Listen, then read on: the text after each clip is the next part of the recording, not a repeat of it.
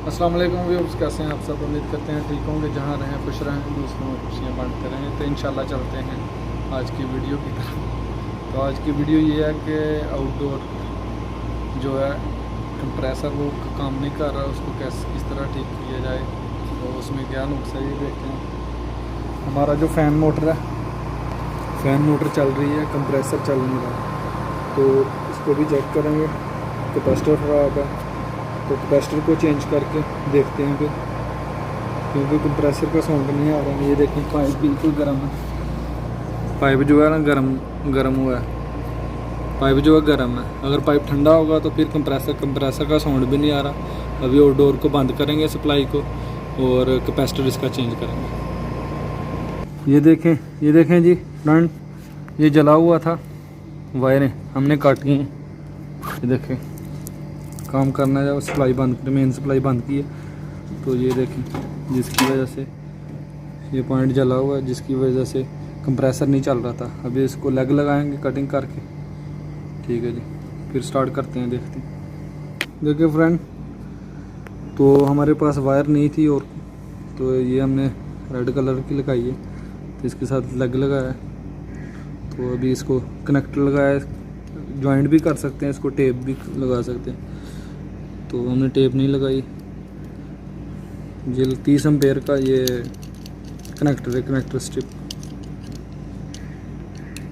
इसको ये है कि ये इजी खुल सकता है, इसका इस्तेमाल करें गर्मी वगैरह में, क्योंकि ये अच्छा है। ये अभी 2 पॉइंट है, ये हमारे पास रनिंग है और ये स्टार्टिंग है। तो ये देख सकते हैं, C लिखा हुआ है और H लिखा हुआ है, HERM। ये देखें, स्टार्टिंग हम जो है इधर लगाएंगे, यहाँ पे। बाकी जो ये है इधर लगाएंगे, ठीक है जी। तो ये फ्रेंड हम लोगों ने जॉइंट वगैरह लगा दी हैं, देखें, ठीक है जी।